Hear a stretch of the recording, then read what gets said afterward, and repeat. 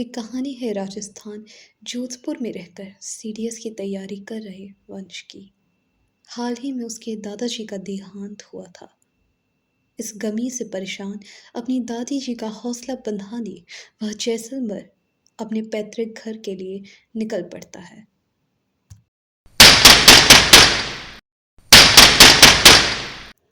अरे छोटे साहब, आइए अंदर आइए। दरवाजे पर किशन काका थे। किशन काका सालों से घर की देखरेख करते आए थे। छोटी उम्र में माँ पिताजी के गुजर जाने के कारण वंश का बचपन इन्हीं चार दीवारी दादाजी, दादी जी और किशन काका के साथ बीता था। काका, दादी जी कहाँ हैं? वंश के पूछने पर काका उसे एक कमरे की तरफ इशारा करते हैं। किशन दादी जी से मिलने उनके कमरे की तरफ बढ़ता है।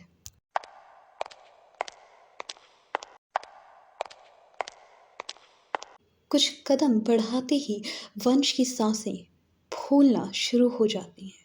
उसके सीने में एक अजीब सा दर्द उठने लगता है, मगर अपने दर्द की परवाह ना करते हुए वो दादी जी से मिलने उनके पास जाता है।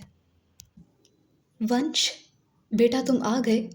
इतना कह के दोनों दादी और पोते एक दूसरे के गले से लिपट जाते हैं। वे दोनों घंटों कमरे में बैठकर बातें करते हैं। बातों के दौरान वक्त कैसे बीतता है उन्हें पता ही नहीं चलता। रात हो जाने पर सभी खाना खाकर अपने अपने कमरों में चले जाते हैं। वंश अपने बिस्तर पर लेटकर नींद का इंतजार कर रहा होता है। उसकी आंख अभी लगी ही थी कि उसे किसी के कदमों की आहट सुनाई पड़ती है। किशन काका, दादी जी, वह पुकारता है, मगर कोई उत्तर नहीं आता। कुछ ही पल में वह कदमों की आवाज भी थम जाती है। वंश एक लंबी सांस लेकर वापस सोने चला जाता है। इस बार कोई उसका दरवाजा बुरी तरह पीटना शुरू कर देता है। अब तक वंश की आंखों से नींद पूरी तरह गायब हो चुकी थी। वह मदद के लिए चिल्लाने लगता है। मदद की पुकार सुनकर किशन काका फौरन कमरे के पास आ जाते हैं। वंश अपनी पूरी होनी काका को सुनाता है। बदले में काका एक मंत्र का जाप कर उसे सोने के लिए कह देते हैं। इस बार जब दरवाजा बंद कर काका को वापस भेज वो सोने जाता है तो उसे नींद नहीं आती। सुबह होने के साथ ही वह सबसे पहले किशन काका से मिलने जाता है, जो कि उसे आस पड़ोस में होने वाले तंत्र विद्या के बारे में आगाह करते हैं। वह वंश को वापस जोधपुर के लिए रवाना होने के लिए कहते हैं, मगर वंश दादी जी को इस हालात में छोड़कर वापस नहीं जाना चाहता।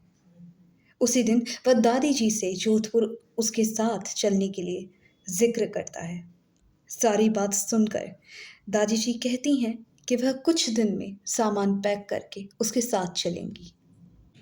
दिन बीतते हैं। वंश के निकलने की तैयारियां पूरी हो चुकी थी। आज उसकी इस घर में आखिरी रात थी। किशन काका छुट्टी पर थे, इसलिए वह किचन से खाना लेने तलकोष्ठ पर जाता है। नीचे आते ही अपने सामने का दृश्य देख उसकी आंखें फटी की फटी रह जाती हैं। नीचे दादी गले में हड्डियों की माला डाल काली पोशाक पहने हवन कर रही थी। सामने दादाजी की तस्वीर और वंश के कुछ निजी चीजें पड़ी थी। ये सब देख वंश के रोंगटे खड़े हो चुके थे। वह दादी जी को लगातार कई आवाजें लगाता है, मगर वे किसी मंत्र का जाप कर रही थीं।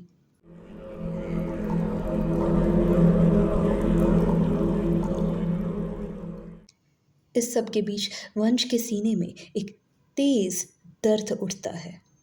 वह लगातार दर्द से चिल्लाता है, मगर दादी को तो मानो कुछ सुनाई ही ना दे रहा हो। कुछ ही पलों में सारी आवाजें शांत पड़ जाती हैं। दादी जी का हवन भी अब तक खत्म हो चुका था। उनके चेहरे पर एक अजीब सी मुस्कान थी। वंश भी तुरंत उठकर बिना कुछ कहे दादी जी के पास जाकर उन्हें गले से लगा लेता है और कहता है कि शांता, मैं आ गया, मैं वापस आ गया। दादी जी भी वंश को अपने गुजरे हुए पति के नाम से बुलाकर उसका गाल चूमने लगती हैं। बस ये थी हमारी आज की कहानी। मिलते हैं अगली कहानी के साथ। तब तक के लिए अपना ध्यान रखिएगा।